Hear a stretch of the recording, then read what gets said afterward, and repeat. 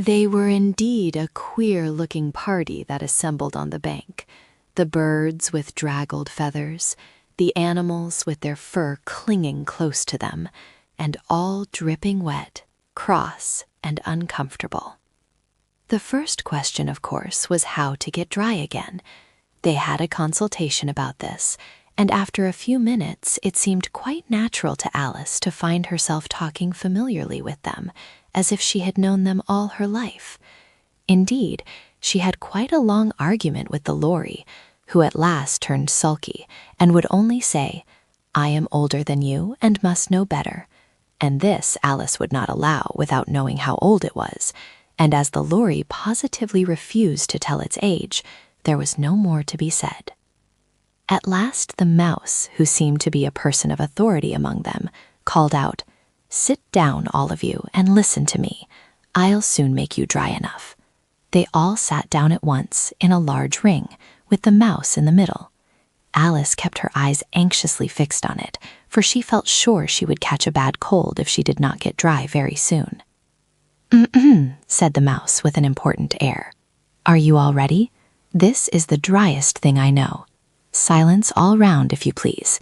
William the Conqueror, whose cause was favored by the Pope, was soon submitted to by the English, who wanted leaders, and had been of late much accustomed to usurpation and conquest. Edwin and Morcar, the Earls of Mercia and Northumbria. "Ugh," said the Lory with a shiver. "I beg your pardon," said the mouse, frowning, but very politely. "Did you speak?" "Not I," said the Lory hastily.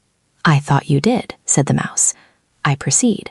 Edwin and Morcar, the Earls of Mercia and Northumbria, declared for him, and even Stigand, the patriotic Archbishop of Canterbury, found it advisable." "Found what?" said the duck. "Found it," the mouse replied rather crossly. "Of course you know what it means." "I know what it means well enough when I find a thing," said the duck. "It's generally a frog or a worm. The question is, what did the Archbishop find?" The mouse did not notice this question, but hurriedly went on. "Found it advisable to go with Edgar Atheling to meet William and offer him the crown. William's conduct at first was moderate, but the insolence of his Normans— How are you getting on now, my dear?" it continued, turning to Alice as it spoke. "As wet as ever," said Alice in a melancholy tone. "It doesn't seem to dry me at all." "In that case," said the dodo solemnly, rising to its feet, "I move that the meeting adjourn for the immediate adoption of more energetic remedies." "Speak English," said the eaglet. "I don't know the meaning of half those long words, and what's more, I don't believe you do either." And the eaglet bent down its head to hide a smile. Some of the other birds tittered audibly. "What I was going to say," said the dodo in an offended tone, "was that the best thing to get us dry would be a Caucus-Race." "What is a Caucus-Race?" said Alice. Not that she wanted much to know, but the dodo had paused as if it thought that somebody ought to speak, and no one else seemed inclined to say anything. "Why," said the dodo, "the best way to explain it is to do it, and as you might like to try the thing yourself some winter day, I will tell you how the dodo managed it. First it marked out a race course in a sort of circle. The exact shape doesn't matter, it said, and then all the party were placed along the course, here and there.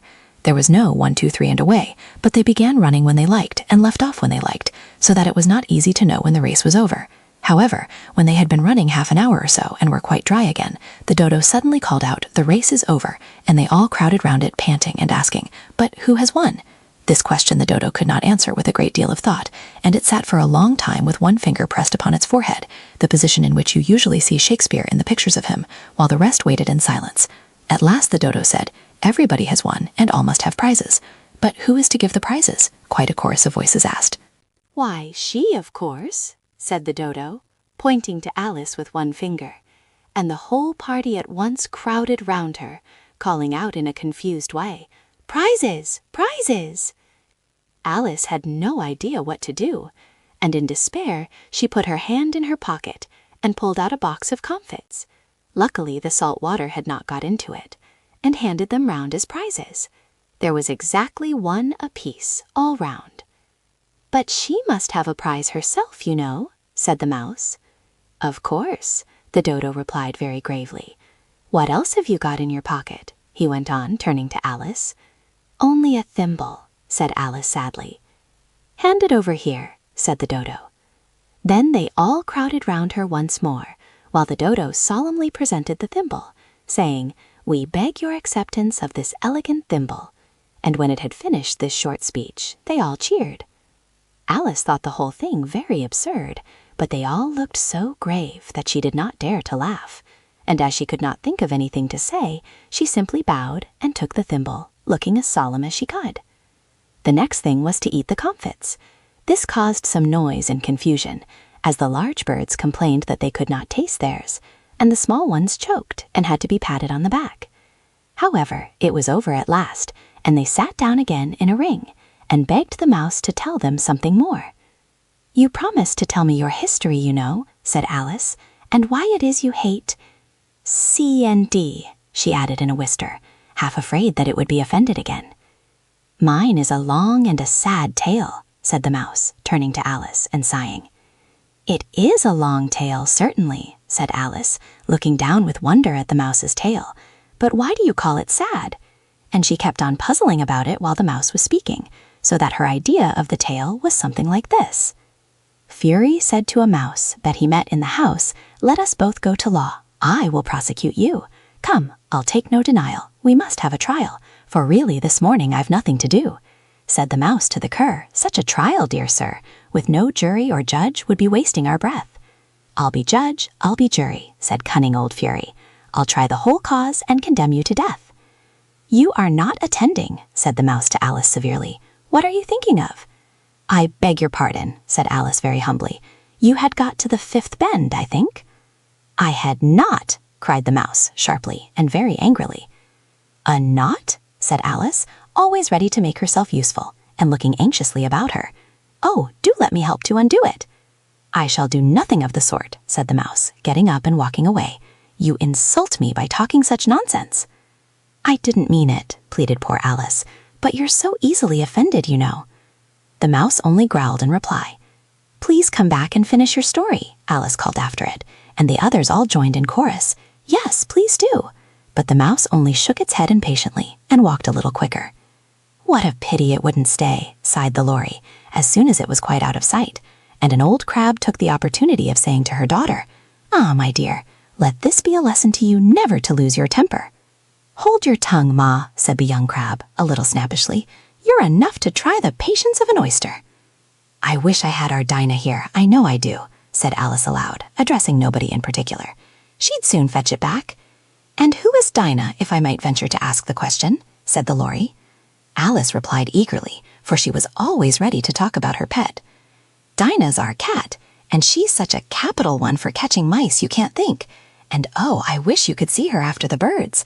Why, she'll eat a little bird as soon as look at it.' This speech caused a remarkable sensation among the party. Some of the birds hurried off at once.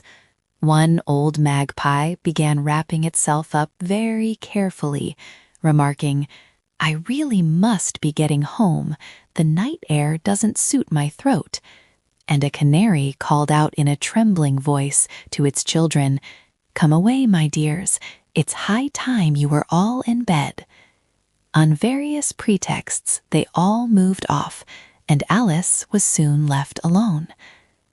'I wish I hadn't mentioned Dinah,' she said to herself in a melancholy tone. 'Nobody seems to like her down here, and I'm sure she's the best cat in the world. Oh, my dear Dinah, I wonder if I shall ever see you any more.' And here poor Alice began to cry again, for she felt very lonely and low-spirited. In a little while, however, she again heard a little pattering of footsteps in the distance, and she looked up eagerly, half hoping that the mouse had changed his mind and was coming back to finish his story.